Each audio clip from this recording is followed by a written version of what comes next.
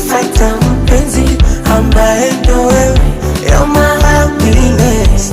Wakitoka wazazi anafata mpenzi ambaye ndo wewe. You're my happiness. Mimi kwako tete,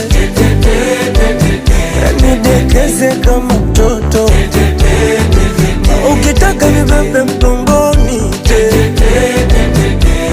nifunze kutembea.